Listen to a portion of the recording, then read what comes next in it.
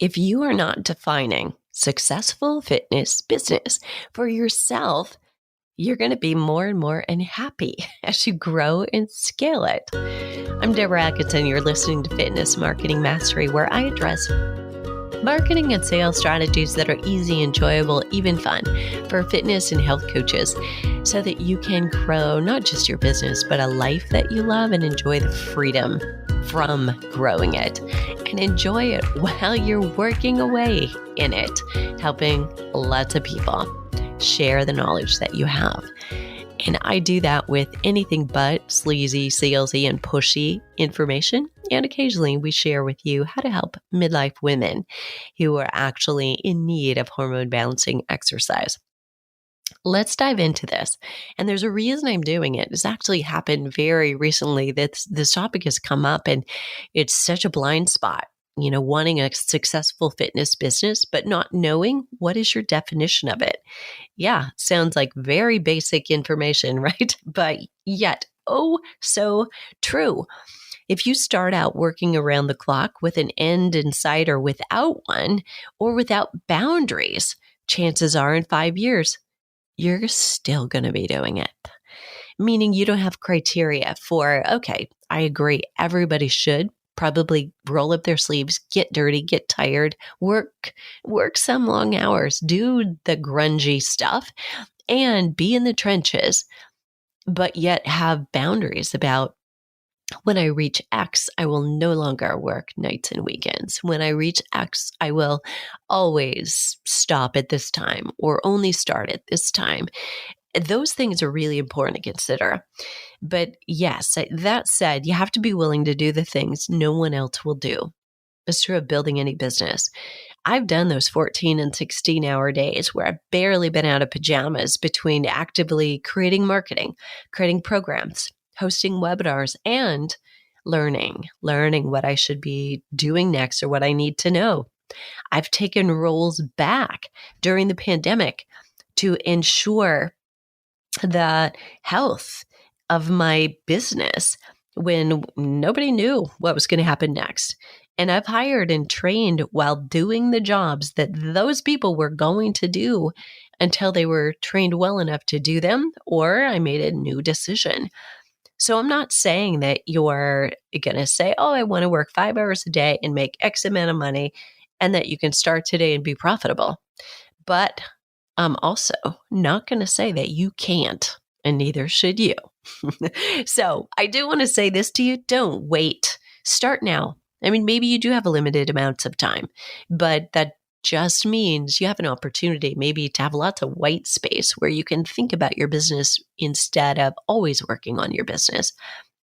It may be that you have to work this way 5 hours a day if you're doing this between school drop-off and pickup, or you work a different job as you build what you really want to do. Or maybe you simply want to do this as a hobby. Or listen to me.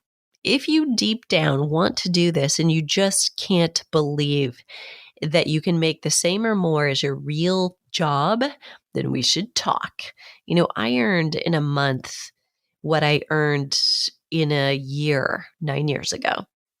And it was nice then. So listen, you may have some mindset and some money issues to resolve for yourself.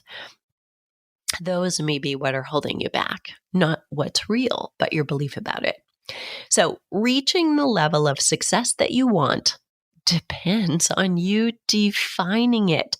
Otherwise, be careful what you wish for, right? You've heard that. The universe might just deliver to you a successful fitness business, but it may be something that makes you so very unhappy and still no fulfillment. So we've got to define it for you. 2 fitness professionals from actually 2 different groups and masterminds that I run recently shared a vision of successful fitness business. So I suspect that this is something that you too might need to visit for yourself. What is your definition of success? Is it monetary?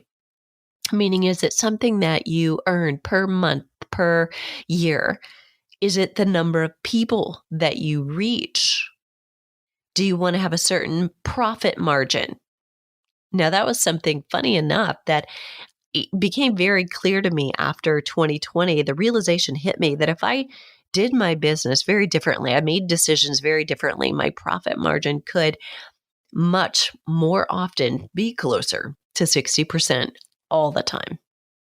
Is your definition of successful fitness business satisfying some itch within you that just feels like maybe you're not good enough yet? And are you proving something to yourself or to somebody else?